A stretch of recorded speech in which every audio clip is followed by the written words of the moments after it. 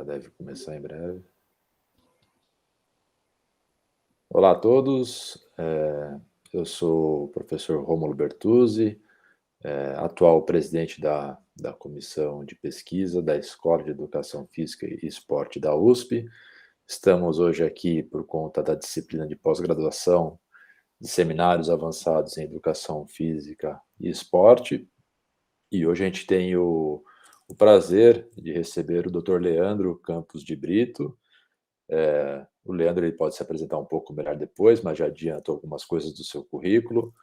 O Leandro ele fez mestrado e doutorado na Escola de Educação Física e Esporte. Durante o doutorado, ele teve um período sanduíche no Departamento de Fisiologia Humana da Universidade de Oregon. Nesse exato momento, ele está também na Universidade de Oregon. É isso, se eu estiver equivocado, você me corrige, Leandro. Realizando o pós-doutorado. Ele atualmente é diretor do Departamento de Atividade Física da Sociedade Brasileira de Hipertensão e tem como principais áreas de interesse ritmo circadiano, sono, doenças cardiovasculares, respostas agudas e adaptações ao treinamento com exercícios físicos sobre a regulação cardiovascular.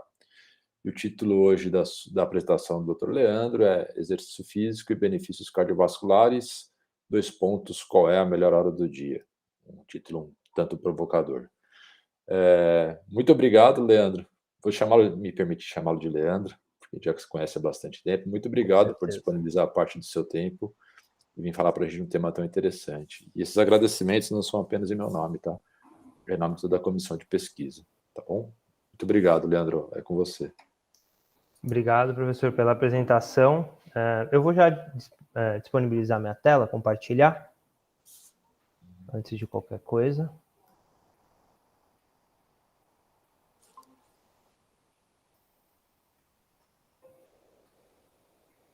Vocês já conseguem ver a tela? Sim.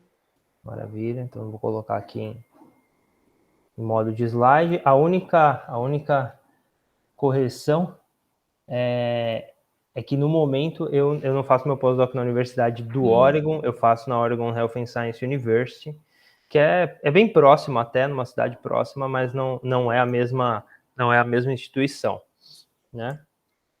Mas obrigado pela introdução e não tem nada para corrigir além disso, tá bom? Acho que a ideia se alguém tiver alguma dúvida no meio da conversa, por favor, interrompa. Eu já peço desculpas de antemão, porque eu não estou com duas telas aqui, eu estou com uma tela só. Então, se a pessoa escrever no chat, eu não vou conseguir ler, né? Ou posso perder mesmo que aparecer um pop-up aqui na tela. Então, por favor, pode abrir o microfone, interromper e a gente conversar, tá? Acho que é mais interessante para todo mundo, inclusive para mim, tá? Bom, esse é um tema que eu me interessei desde o começo da minha carreira acadêmica, embora pareça uma pergunta muito simples, e porque é mesmo, né? Não tem nada de muito elaborado nessa pergunta. Se é diferente fazer exercício pela manhã comparado com o final do dia para as respostas cardiovasculares, né? Principalmente naquela época, né, e ainda hoje, né, não tem muitos trabalhos dedicados para essa finalidade, pensando em saúde, né? Hoje em dia já um pouco mais, né, em outras áreas da saúde também, controle glicêmico e de lípides, né? Mas quando eu comecei no mestrado, lá em 2011, por aí, tinha muito poucos trabalhos, né? Tinha um trabalho de um grupo de Liverpool, que foi inclusive o que me motivou a fazer essas perguntas de uma maneira um pouco mais direcionada, né? Então, no tópico de hoje, da palestra de hoje, né, a gente vai conversar, palestra não, né, nossa conversa de hoje, a gente vai falar sobre a influência da fase do dia nas respostas à pressão arterial após uma sessão de exercício, então o efeito agudo do exercício, sobre o fenômeno conhecido como hipotensão pós-exercício, que é essa capacidade de uma sessão de exercício reduzir os níveis de pressão arterial com relação a os valores de pressão arterial antes da sessão de exercício ou comparado a um dia em que não se faz exercício, né, e os mecanismos que medeiam essas respostas. Além disso, a gente vai conversar um pouco sobre possíveis fatores de influência, e é algo que tem me interessado também recentemente, que é a manipulação da luz do ambiente. A luz, que é uma pista temporal importante, né, nessa transição do dia para a noite para o nosso cérebro, né? E depois finalizando sobre as adaptações ao treinamento, aquilo que a gente já tem observado aí nos trabalhos recentes que a gente desenvolveu aí na Escola de Educação Física, né? Bom, alguns conceitos, acho que antes da gente começar, são importantes, né, nessa nossa conversa de hoje, que são sobre os ritmos biológicos. Então, nós, seres humanos, somos mamíferos diurnos, ou seja, estamos acordados durante o dia, buscamos comida, né, somos muito mais ativos durante o dia biológico, durante a fase clara do dia, né, e procuramos repouso, ou deveríamos, pelo menos, procurar o repouso, né, e o descanso durante a noite para dormirmos, né? E dentro dessa flutuação de comportamento também existe uma flutuação das funções fisiológicas, de maneira geral, né? Então, nós temos nessas nossas funções fisiológicas, a grande maioria delas, né? E como dentro do contexto da nossa conversa de hoje, vamos falar sobre os mecanismos de regulação cardiovascular, né? Praticamente todos eles apresentam uma característica de ritmicidade circadiana, né? Que é esse circadiano que vem do grego, né? Circa e dia, né? A cerca de um dia, né? Que são ritmos que variam aí em torno de 24 horas. Eles não variam 24 horas exatamente, mas é muito perto disso, né? Indo de 20 a 28 horas, né? Por exemplo, o próprio ciclo sono-vigília, como eu acabei de comentar, né? Ficar acordado e ir dormir, né? Então, são ciclos que se iniciam e encerram dentro dessas 24 horas.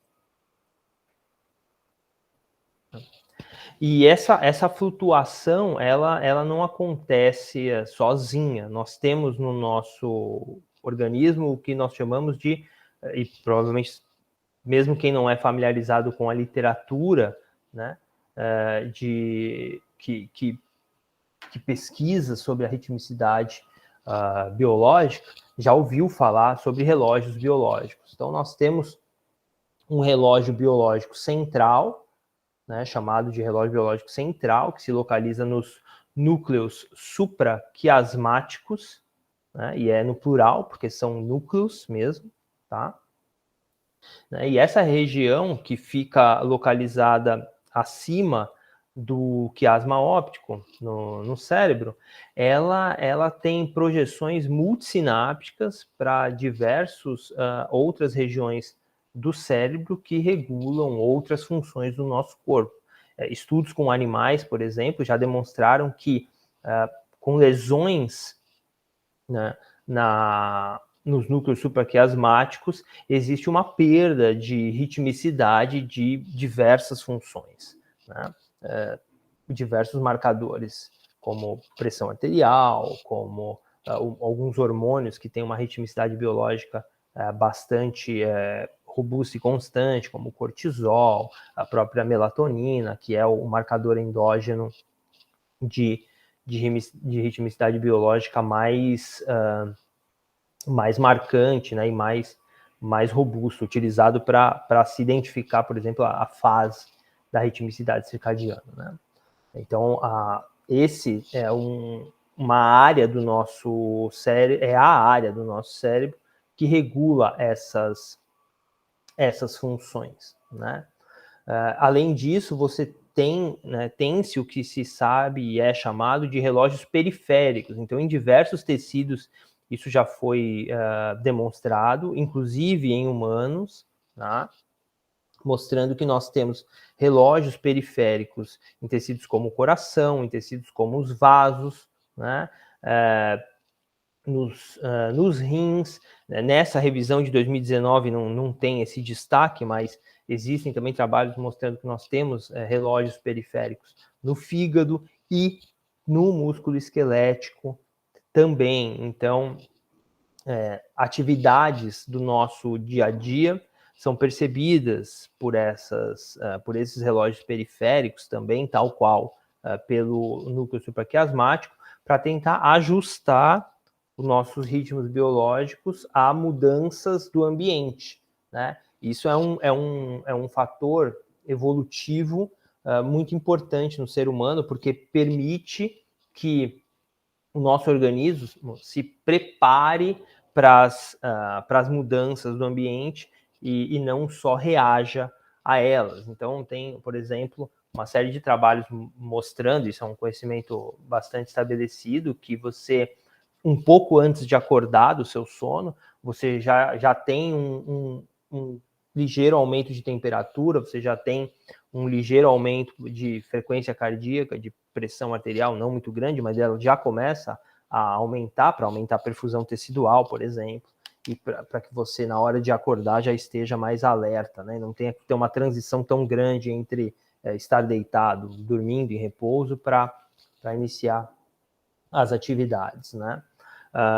E o funcionamento desses relógios também já foi identificado por ser guiado por um maquinário celular, né, de feedback negativo, onde proteínas se autorregulam. Eu não sou geneticista, então eu não vou nem me arriscar a explicar isso para vocês. Também não trabalho muito no campo molecular, mas é mais para trazer uma figura geral, para que vocês entendam em que nível está esse campo de pesquisa. Inclusive, os pesquisadores que descobriram esse maquinário de relógio celular, né, que releva o nome de clock genes, né, esses genes relógio, foram os vencedores do Prêmio Nobel de Fisiologia de 2017. Então, é um campo que cada vez mais ganha influência na literatura e tem sido relacionado com uma série de condições patológicas quando sofrem algum tipo de distúrbio, né? E aí, dentro de tudo isso que eu acabei de explicar sobre essa regulação circadiana e a influência disso nas funções fisiológicas, né, veio a minha pergunta, que está ilustrada nessa revisão nossa que acabou de ser aceita recentemente, deve ficar disponível online daqui a pouco, né, onde eu apresento dados da literatura que já demonstraram, né, variação dessas funções que regulam a função cardiovascular, né, como, por exemplo, a sensibilidade barorreflexa, que é um mecanismo de controle da pressão batimento a batimento, a atividade nervosa simpática, né, que gera constrição nos vasos ou aumento, por exemplo, de frequência cardíaca, né? Aumento de agregabilidade plaquetária pela manhã. Então, uma série de funções que são diferentes quando a gente olha nessa janela da manhã do dia para essa janela ao final do dia. E, particularmente, no meu interesse, que é de regulação de pressão arterial, quando a gente olha para o comportamento da pressão arterial, nós temos dois momentos chaves, né? Que seria uma janela num primeiro aumento da pressão, esse aumento mais abrupto, que inclusive correlaciona de maneira bastante forte com o horário mais comum para eventos cardiovasculares, como infarto e um AVC, né, hemorrágico principalmente, né? No qual a pressão arterial permanece mais elevada ainda durante a fase clara, e um segundo momento, que é no final da tarde, início da noite biológica, onde você até tem um valor absoluto maior, porém seguido por uma elevação não tão inclinada, né, não tão abrupta assim, né, mas que é um momento de transição para o início do repouso do nosso organismo. Então, é um momento onde você tem redução não só da pressão arterial aqui, mas que é acompanhado por um início de redução, por exemplo, de temperatura corporal também, né? Sugerindo que esses dois momentos poderiam ser duas janelas de oportunidade para nós investigarmos possíveis efeitos da ritmicidade circadiana per se nas respostas cardiovasculares ao exercício, né? É claro que aí as setinhas aqui ficam para o final, porque senão aí acabou a palestra, né? Acabou a nossa conversa hoje. E eu vou mostrar no final para vocês o que a gente viu, e foi por conta disso que a gente começou a fazer essa pergunta de se fazia diferença fazer exercício em diferentes horas do dia. Então esse é o contexto por trás disso, né? Então, a primeira coisa que a gente decidiu investigar, né, dentro dos tópicos que nós colocamos para a conversa de hoje, foi sobre a hipotensão pós-exercício. Então, se eu fizesse exercício naquelas duas janelas, né, eu teria respostas diferentes, né, de redução da pressão arterial. E aí, para isso, nós estudamos indivíduos considerados pré-hipertensos, ou seja, aqueles que não têm a pressão considerada ótima, pressão arterial, né, que seria abaixo dos 120 milímetros de mercúrio para sistólica e 80 milímetros de mercúrio para diastólica, né, mas também não são ainda hipertensos, né, eles não atingem os valores acima dos 140 por 90 milímetros de mercúrio para sistólica e diastólica, respectivamente. Então, são indivíduos que estão ainda na fase de transição, né, entre se tornar hipertensos e conseguir manter valores ótimos, né. E o que nós observamos na comparação desse estudo, que foi um estudo crossover randomizado, foi que quando eu realizava exercícios, né, aqui demonstrado pela linha tracejada, né, tanto pela manhã, aqui na linha em vermelho, quanto ao final do dia, aqui na linha demonstrada em preto, eu tinha redução da pressão arterial sistólica em comparação aos valores pré-exercício, né? Entretanto, quando eu olhava para a seção controle, como esperado, né, pelo gráfico que a gente viu no slide anterior, do pré para o pós-exercício pela manhã, eu observava um aumento da pressão arterial em repouso. Entretanto, à noite, eu já tinha uma redução dessa pressão arterial, mesmo estando em repouso, né? Então, embora foi diferente o exercício do controle, quando a gente faz um efeito líquido dessas duas respostas, a gente observa que o exercício da manhã, no caso aqui, ele não só impediu o aumento, mas gerou uma redução desses valores de pressão arterial, né? Então, esse efeito líquido do exercício, né, de impedir o aumento e ainda gerar a redução, ele foi maior do que o efeito observado ao final do dia, né? Então, embora, né, quando comparado somente com os valores pré-exercício, o exercício à noite promoveu uma maior redução da pressão arterial, o exercício da manhã teve um maior efeito líquido. Essa foi o primeiro achado que a gente teve de um dos nossos primeiros estudos, né? Então, um maior efeito com relação aos valores pré-exercício, porém, ao final do dia, porém, um maior efeito líquido de redução da pressão arterial quando eu realizava o exercício pela manhã, né?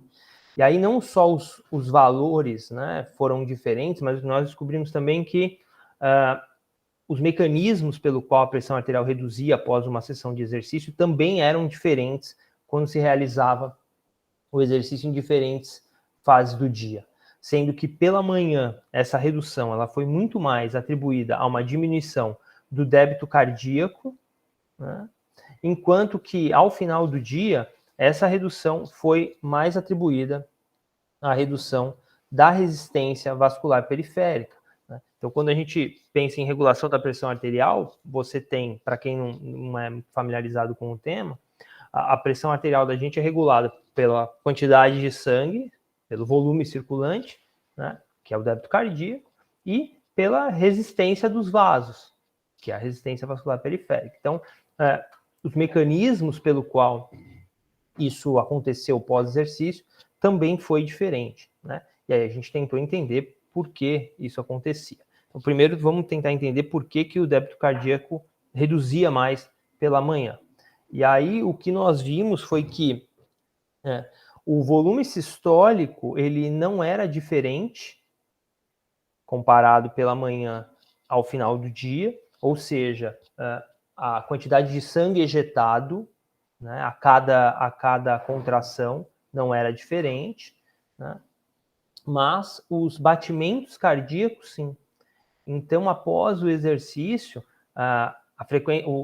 os valores de frequência cardíaca, que estavam aumentados, como esperado, após o exercício físico, né, no período de recuperação, esse aumento, ele foi menor, esse delta de aumento, ele foi menor pela manhã do que ele foi ao final do dia. Então, esses valores permaneceram, embora aumentados, um aumento menor, que não foi suficiente para corrigir a redução do volume sistólico e manter valores semelhantes de débito cardíaco. E isso aconteceu principalmente porque o balanço simpato-vagal, ou seja, a modulação entre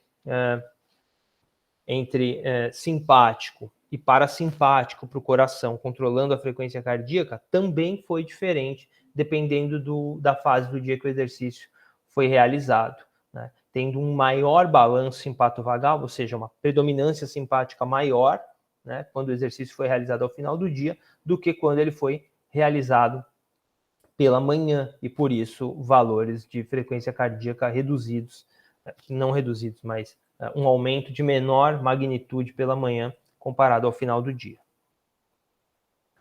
Já para entender por que a resistência vascular periférica foi o mecanismo preponderante para gerar a queda de pressão arterial ao final do dia, o que nós identificamos foi que a capacidade vasodilatadora avaliada pela hiperemia reativa, né, que é uma técnica que avalia a função endotelial dos indivíduos, ou seja, o quanto o tecido endotelial ele está responsivo ao estímulo para vasodilatar, ele foi maior ao final do dia comparado com o da manhã, que na verdade, embora não significante, né, até ameaçou algum tipo de redução aqui. Então, mostrando que fazer o exercício ao final do dia também gerava uma maior vasodilatação, e por isso a resistência vascular periférica reduzindo nessa fase do dia de maneira mais com uma maior magnitude comparada ao exercício pela manhã. Tentando entender alguns outros possíveis mecanismos, nós ainda exploramos, né, marcadores plasmáticos de atividade simpática para os vasos, o que pode ser até discutido um pouco, né, por conta vocês podem ver até aqui no próprio erro, né, dos gráficos. É uma medida que não é uma medida direta, né, dessa atividade, mas que nós tentamos avaliar e não vimos diferença, né. E também no sistema renina-angiotensina, que não está diretamente ligado com a função endotelial, mas é um sistema que, sabidamente, tem uma função de vasoconstrição quando angiotensina 2 e de vasodilatação na presença de angiotensina 1A7, né? E embora o exercício foi capaz de reduzir os níveis de angiotensina 2 e promover o aumento de angiotensina 1A7, a gente não observou diferenças entre a fase do dia em que se realizava o exercício, de modo que o sistema renina-angiotensina provavelmente não explica essa diferença na redução da resistência vascular periférica, né? Sendo isso provavelmente muito mais ligado à função endotelial, né? Um outro sistema que a gente tentou entender também por que existiria essa diferença na vasodilatação pós-exercício foi explorando o sistema estaminérgico, né? Hoje em dia está bem demonstrado que quando nós realizamos exercício, né, há uma produção local de estamina na musculatura esquelética, tanto pela contração quanto pelo próprio aumento de temperatura intramuscular, né? E essa histamina possui, e nós possuímos receptores específicos, né, H1, H2, na musculatura, nos vasos da musculatura esquelética, que promovem vasodilatação, né? E aqui, por exemplo, esse é um dado do laboratório do professor, do Dr. Halliwell, que é professor da Universidade do Oregon, onde eu fiz o meu internship durante o doutorado, num modelo de exercício aeróbico de massa muscular pequena, né? O professor Rômulo conhece essa sujeita aqui, essa aqui é a minha esposa, é a Carla. Quando ela foi me visitar, ela obviamente foi voluntária do estudo também, né? E esse protocolo aqui é um protocolo onde você exercita uma perna e a outra perna é a perna controle, ela fica em repouso, e você tem um aumento de fluxo sanguíneo pós-exercício, né, na recuperação dessa perna que faz o exercício em comparação à perna de repouso que não faz exercício. Então, um bom modelo para se estudar vasodilatação sem efeito global do exercício, né? Então, sem, por exemplo, um aumento muito grande de temperatura corporal e outros sistemas envolvidos, né? Então, é um modelo bastante bacana. E nesse dado anterior do laboratório, dá para se ver bem claramente que quando os indivíduos tomavam, né, bloqueadores de receptores de histamina, havia uma redução importante tanto da condutância vascular, né, quanto do próprio fluxo sanguíneo em si, né? Então, demonstrando esse aumento essa redução via sistema estaminérgico, o que não mudava na perna em repouso, em comparação a controle ou bloqueio, né? Então, é uma vasodilatação gerada pelo exercício e uma histamina produzida localmente. Então, é um bom modelo para se estudar essa via de vasodilatação. E aí, sabendo disso, o que eu perguntei durante o meu sanduíche no doutorado, né, era se havia alguma diferença na hora de se fazer exercício, né, já que esse modelo explica em torno de 80% da vasodilatação via sistema estaminérgico, né? E o que eu observei foi que, embora a perna ativa, né, e aqui eu só estou mostrando os dados de perna ativa, gerou vasodilatação, então um aumento tanto de fluxo sanguíneo quanto de condutância vascular pela manhã quanto ao final do dia, né, não houve uma diferença na comparação entre eles, né? Então, provavelmente, não sendo influenciado pelo sistema estaminérgico local. Então, essa vasodilatação não é influenciada pelo sistema estaminérgico local, provavelmente. Então, de maneira aguda, com as respostas ao exercício, o que a gente conseguiu observar até agora, né, foi que a hipotensão pós-exercício ela ocorre nas duas fases do dia. Então, ao realizar exercício, eu consigo observar a redução da pressão arterial nas duas fases do dia. Que o efeito líquido da hipotensão ele é maior pela manhã, ou seja, quando eu faço exercício pela manhã, eu impeço o aumento e ainda gero alguma redução, mas comparado com os valores pré-exercício, essa diferença ela é maior quando eu realizo exercícios ao final do dia, né? E que a vasodilatação promovida pelo exercício ela é maior ao final do dia, provavelmente por isso a gente tem essa maior redução comparado aos valores pré, né?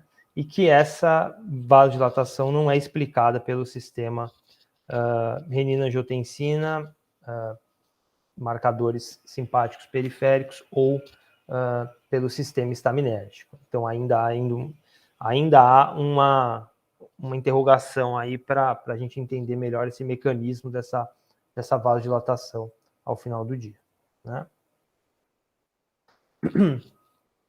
Depois desse efeito agudo, né, algo que vem nos chamando a atenção seria, além dos mecanismos, que ainda a gente não conseguiu responder, seria se existem alguns fatores de influência para essa resposta ser diferente, né?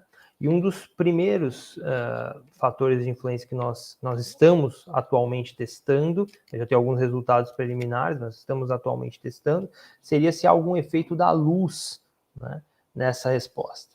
Por que a luz? Né? Porque a luz ela é a principal pista temporal do ser humano. Né? Então, através de alguns receptores específicos que nós temos na retina, né, que possuem uma conexão via trato retina-hipotalâmico com o nosso relógio central, que são os núcleos supraquiasmáticos, é isso que principalmente regula as nossas funções fisiológicas, né, do ser humano.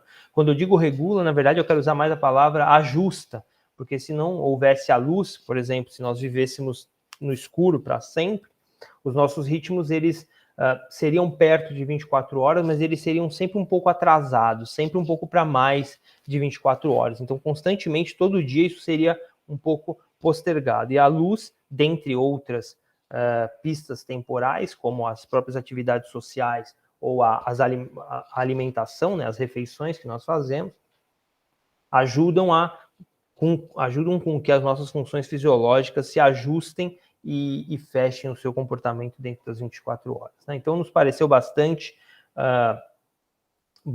intrigante testar se essa pista temporal tinha uma influência direta sobre essas respostas. Né? E aí, dentro da divisão de como testar isso, a Júlia, que eu tive o prazer de ser o supervisor dela durante a iniciação científica dela, uma delas, pelo menos, né? Na EFE, a gente testou se modular a intensidade da luz poderia impactar nessa resposta vasodilatadora ao exercício, né?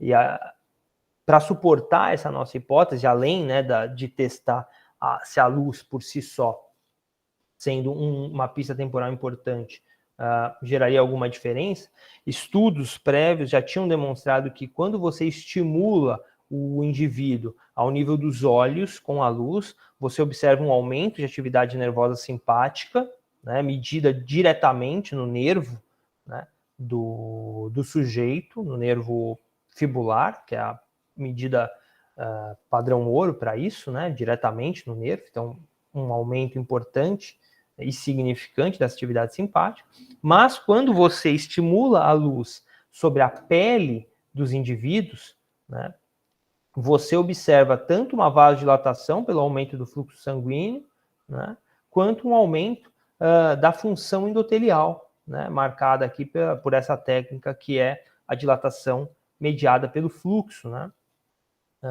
pois trabalhos prévios mostraram que na pele do ser humano, né, a radiação gerada pela luz, mesmo uma onda de luz não danosa, como, por exemplo, a luz ultravioleta, né, que é um estímulo cancerígeno, mas mesmo o espectro de luz azul, que compõe cerca de 90% da lâmpada de LED que está iluminando provavelmente vocês agora, tá? Gera vasodilatação, pois gera um produto do óxido nítrico via pele do ser humano.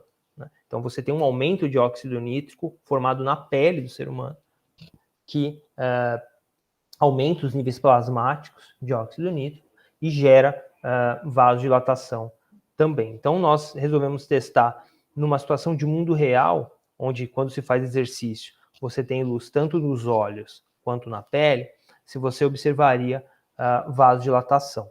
Né? E aí, para isso, nós desenhamos um estudo onde o indivíduo ele ficava deitado aqui na maca, né?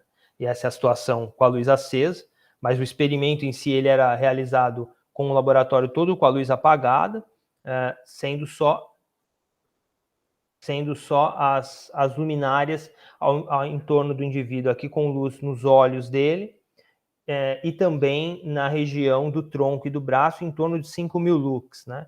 Essa aqui é a Júlia fazendo a medida, né? Esse videozinho é demonstrativo, né? O experimento, é claro que não foi assim, até porque vocês podem ver que a luz está acesa aqui, né?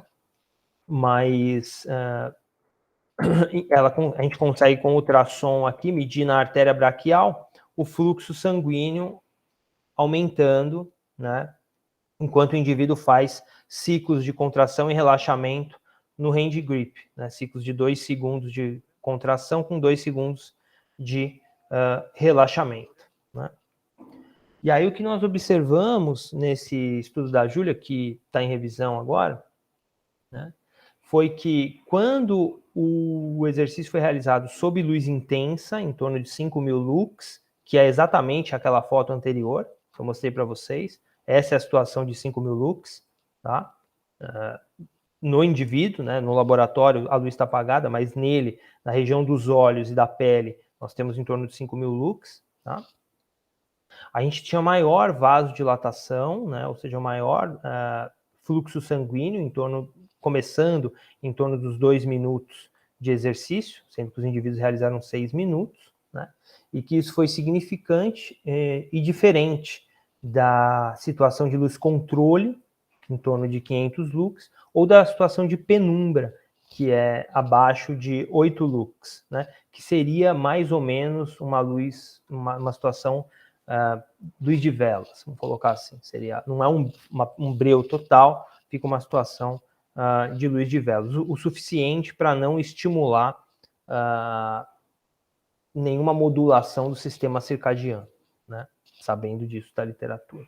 E esse aumento do fluxo sanguíneo, ele refletiu numa maior condutância vascular, nessa situação de luz intensa também, ou seja, uma maior vasodilatação, que foi capaz de impedir, atenuar, na verdade, né, atenuar o aumento de pressão arterial durante o exercício como esperado. Então, a gente conseguiu nesse protocolo de mundo real, né, com a luz nos 2 sítios, demonstrar que a vasodilatação ela é potencializada quando eu tenho a luz intensa comparado com a situação de luz controle ou situação de penumbra, né? Bom, isso foi o que a gente conseguiu observar até agora com efeitos agudos, né? Mas embora o efeito agudo é interessante se estudar, a gente gosta porque consegue controlar muita coisa, ninguém faz exercício uma vez só, né?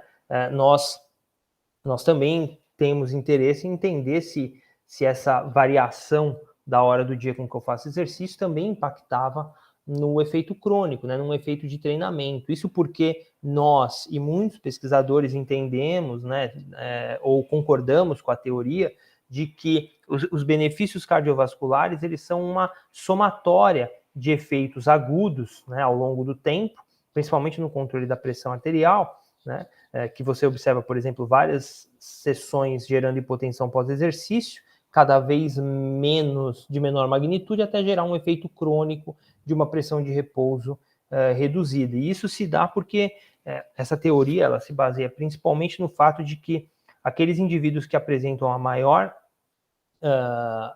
queda de pressão arterial após uma sessão de exercício, comparando valores pré e pós-exercício, também são aqueles que apresentam uma maior redução após um período de treinamento, né?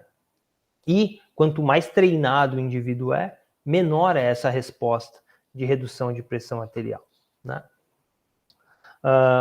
Além dessa situação de correlação direta entre quem responde mais ao efeito agudo também responde mais ao efeito crônico,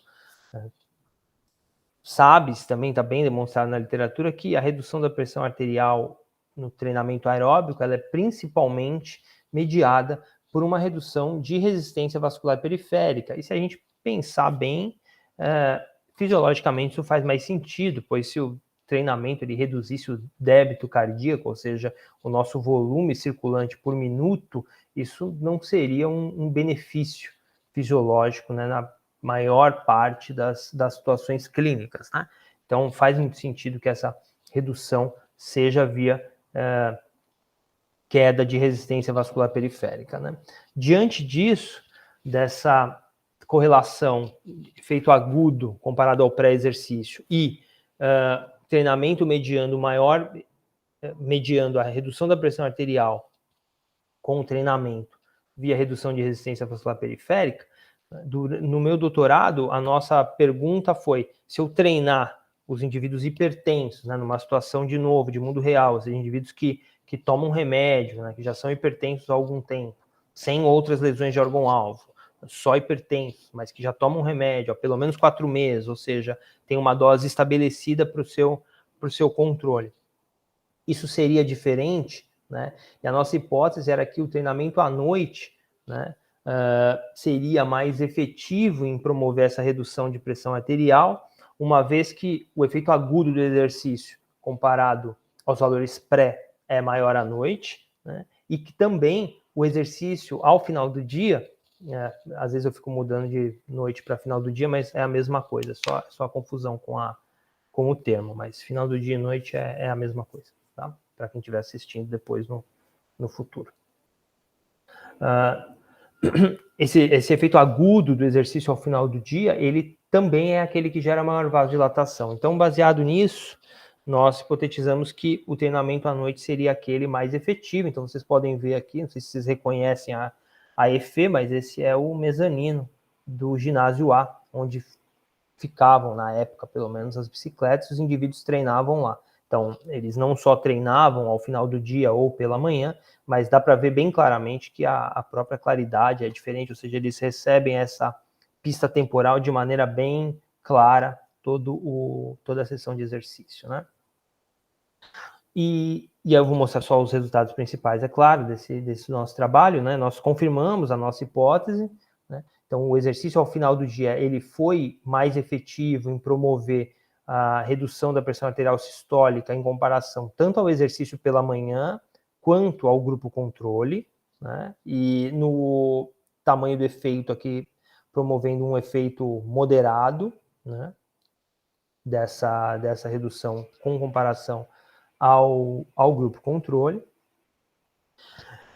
Quando a gente olha para as respostas individuais também, né, e essa linha tracejada aqui, ela corresponde às mínimas mudanças detectáveis da pressão arterial. Então, é um marcador onde você consegue excluir a margem de erro, alguma possível margem de erro da medida. Então, qualquer coisa acima, né, uma mudança maior do que essa, reflete uma mudança que exclui, né, uma interferência, por exemplo, de erro da medida que é sempre possível de acontecer. E aí notem que só o grupo da noite foi aquele o grupo do final do dia foi aquele onde nós tivemos 9 dos 15 indivíduos que treinaram responsivos, se considerarmos essa mudança mínima detectável, né, enquanto que o grupo da manhã só 3 indivíduos tiveram essa redução nesse nível.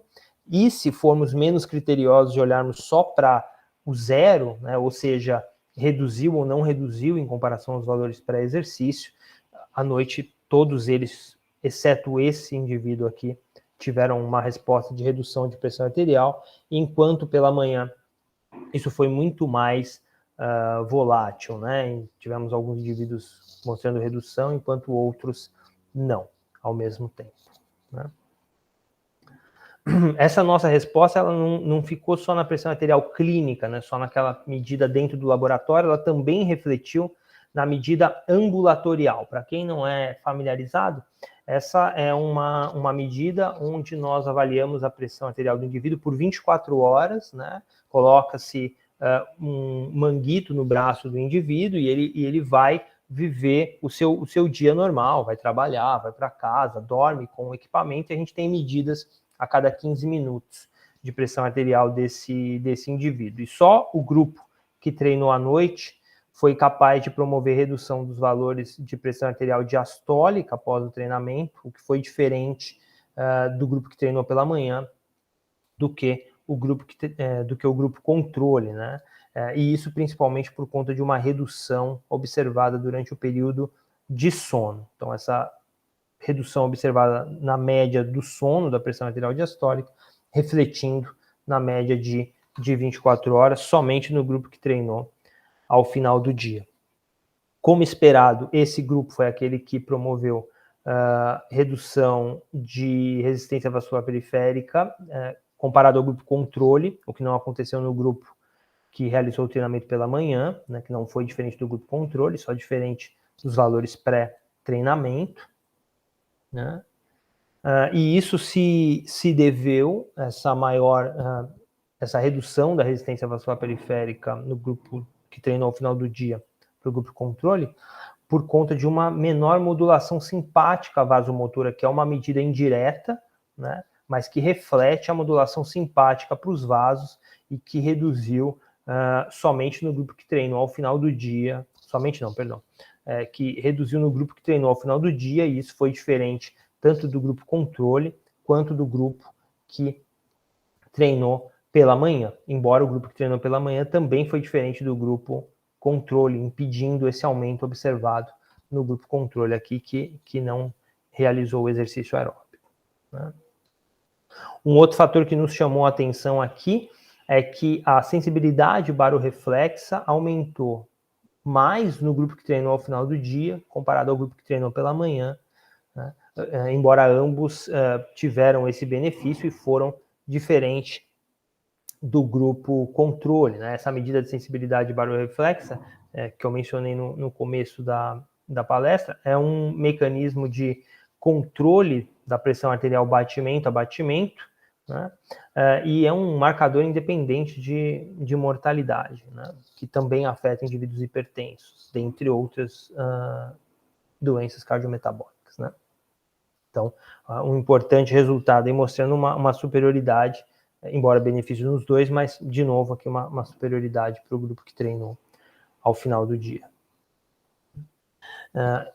Não só em repouso, mas esse benefício autonômico de maior magnitude para o grupo que treinou ao final do dia também foi observado quando nós avaliamos a recuperação da frequência cardíaca após o teste de esforço máximo, antes, né, no início do treinamento e ao final do treinamento, ou seja, essa taxa de recuperação cardíaca após o estresse de um teste de esforço máximo também foi maior no grupo que treinou ao final do dia, comparado ao grupo que treinou pela manhã, mostrando de novo uma superioridade para quem treinou nesse momento do dia. E aí eu volto aqui com o nosso quadro, né, mostrando um resumo da literatura que nós fizemos recentemente, no qual você tem benefícios com fazer exercício em qualquer hora do dia, é claro, mas parece que para a regulação da pressão arterial você tem uma maior redução quando eu faço exercício ao final do dia, né? Você tem um maior controle da sensibilidade barorreflexa, né? Um maior controle barorreflexo ao final do dia, uma maior redução da atividade simpática também quando eu realizo o treino nesse horário, e por conta disso, uma maior redução na resistência vascular periférica também, né? Então, mostrando alguns benefícios superiores de se treinar ao final do dia. Alguns outros benefícios nós não sabemos se existe alguma diferença, como, por exemplo, a agregabilidade plaquetária e a própria sistema renina-angiotensina nessa contribuição, algo que nós não avaliamos, né? Então, dentro disso, né, e é algo que a gente traz também nesse nosso trabalho aqui, a gente consegue dizer que existe uma variação diurna nesses benefícios em se fazer exercício, né? Não são muitos trabalhos na literatura com essa finalidade de benefícios cardiovasculares, né? Nessa revisão do que nós levantamos com treinamento físico, são só os nossos trabalhos por enquanto, né? Mas o que nos intriga seria o porquê que isso acontece. Então, se existe algum componente do sistema circadiano nessa diferença de respostas, porque o que nós comparamos foi somente um efeito de variação diurna, né? Então, nós não conseguimos, com esses nossos modelos de estudo, nós não conseguimos desacoplar o sistema circadiano das influências de pistas temporais de maneira geral. Então, eu não consigo dizer para esses resultados que eu acabei de sumarizar para vocês se quem faz com que isso aconteça, né, se essa diferença ela ocorre pelo simples fato das atividades da vida diária, por influências dos horários de alimentação, se as atividades sociais, né, os nossos compromissos, né, ou existe um componente endógeno, né, uma modulação do sistema circadiano nessas diferenças da resposta ao exercício, né? E se existe se existe, o que seria isso? Seria o exercício modulando o relógio biológico central e esse relógio biológico central modulando os periféricos? Seria o exercício modulando os relógios periféricos e esse modulando o relógio biológico central? Ou seria uma modulação bilateral, né? E também entre os próprios relógios de comunicação? Isso é algo que ainda está um pouco distante, a gente ainda não consegue responder, né? Mas o que eu consigo ou pretendo responder em breve é se existe, e é o primeiro passo dessa pergunta, no meu entendimento pelo menos, é se eu consigo pelo menos desacoplar o sistema circadiano, né, dos outros comportamentos, né? Alimentação, a movimentação do dia a dia, as nossas atividades sociais. Para fazer isso, existem dois modelos de experimento, né? Um modelo chamado de sincronia forçada, onde você desacopla o sistema circadiano desses comportamentos padrão, né? Colocando o indivíduo em janelas de dia diferente das 24 horas e tirando dele essas pistas temporais. Então o indivíduo ele fica numa mesma condição de luz. Então aqui vejam nesse quadro em amarelo aqui, por exemplo, acordado com menos 4 lux, né? Ou seja, naquela situação de luz de velas, né? Onde você não tem a luz como pista temporal, né? Só que em períodos de dias com uma duração diferente, sem ter contato com o telefone, sem ter contato com a internet, sem saber que horas são, e recebendo uma alimentação isocalórica e igualmente espaçada ao longo do experimento, né? E para referenciar isso de uma maneira mais clara, até me faltou a referência aqui do estudo, mas tem o meu contato no final e quem se interessar pode me mandar um e-mail e eu envio com prazer essa revisão aqui, tá?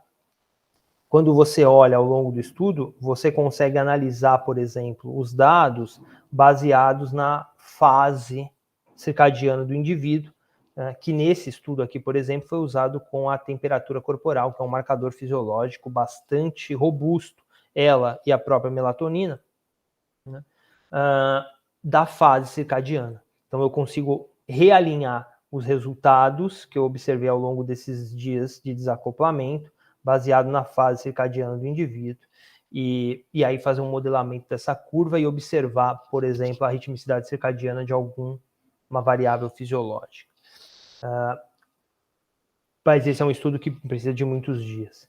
Um outro modelo de protocolo de estudar em humanos, tá? Isso eu estou mostrando em humanos, é um protocolo de rotina constante, onde o indivíduo, ele, após alguns dias de adaptação, dentro também de condições com alimentação constante, sem saber que horas são, sem contato com internet, notícia, nem nada. A partir de um determinado momento, a gente coloca ele numa situação de luz de penumbra, né, de uma luz menor, né, aqui, e começa o protocolo de rotina constante, fazendo medidas ao longo do tempo e deixando esse indivíduo acordado, então não colocando o sono, que é um outro modulador aí das ritmicidades circadianas. Então você tira o sono e mantém o indivíduo acordado ao longo do tempo e consegue fazer esse modelamento da curva de medidas para se avaliar se há uma ritmicidade circadiana também. Dentro dessas duas possibilidades, o que eu pretendo propor aqui, né, é o estudo CRIPTEX, né, que é o ritmo circadiano e pós-exercício, onde eu pretendo propor uma fusão, de alguma maneira, desses dois tipos de protocolo, uma vez que o protocolo de rotina constante é muito grande, né? E um protocolo de sincronia forçada ele é muito grande, e o protocolo de rotina constante eu teria o efeito de débito de sono impactando nas respostas cardiovasculares, né, e no próprio desempenho ao exercício. Então, eu pretendo propor um protocolo de sincronia forçada modificado, onde os dias serão de menor duração, para que eu avalie a resposta comparando pré e pós-exercício, se há alguma modulação do sistema circadiano nessa resposta. E aí poder continuar a responder essas perguntas, né, sabendo se há se o componente circadiano ele interfere nessa diferença manhã, final do dia, né? Bom, acho que é importante sempre agradecer quem nos ajuda, né, nos trabalhos que a gente teve o prazer de desenvolver. Então, não dá para terminar a nossa conversa de hoje sem colocar o nome das pessoas aqui que nos ajudaram. Diversos colegas no laboratório ao longo desses anos todos ajudando nas coletas, né? Hoje já estão seguindo os seus caminhos. O Rafael Feckel até devia ter atualizado aqui, porque ele defendeu ontem, agora ele é um doutor também, né? Defendeu o aluno da professora Cláudia Forjas. Os alunos, né, que eu tenho o prazer, né, no caso da Júlia, tive o prazer de supervisionar, que estão realizando esse estudo com a luz. Os meninos aqui, eles estão realizando um trabalho mais, vamos dizer assim, de mundo real, um pouco de sessão de exercício, né? É uma sessão de exercício na bicicleta, mas o mesmo conceito do estudo da Júlia, então, comparando luz intensa, luz controle e penumbra, que a gente ainda não tem dados para mostrar, teremos em breve, a coleta está acabando. Os mentores, né, dos trabalhos que eu apresentei, os resultados até agora, né, que foi a professora Cláudia Forjas, que é professora aí da escola, a quem eu sou muito grato, né, que me ensinou tudo que eu sei sobre realizar pesquisa. O professor John Helvio, que eu tenho contato até hoje, também foi muito importante. Os colaboradores aí da universidade e os meus atuais supervisores aqui na UHSU e as agências de fomento, é claro, que sempre nos ajudaram e continuam nos ajudando. Sem elas a gente não faz nada, né? Aqui estão os meus contatos, fiquem à vontade para entrar em contato e vai ser um prazer conversar. Muito obrigado. Parabéns, Leandro, pela excelente apresentação de um trabalho tão interessante e novamente lhe agradecer pela disponibilidade de estar conversando com a gente sobre um tema que você vem atuando há bastante tempo. Nosso muito obrigado, porque eu digo nosso, porque é em nome da comissão de pesquisa e não apenas meu, tá bom? Eu que agradeço. Obrigado.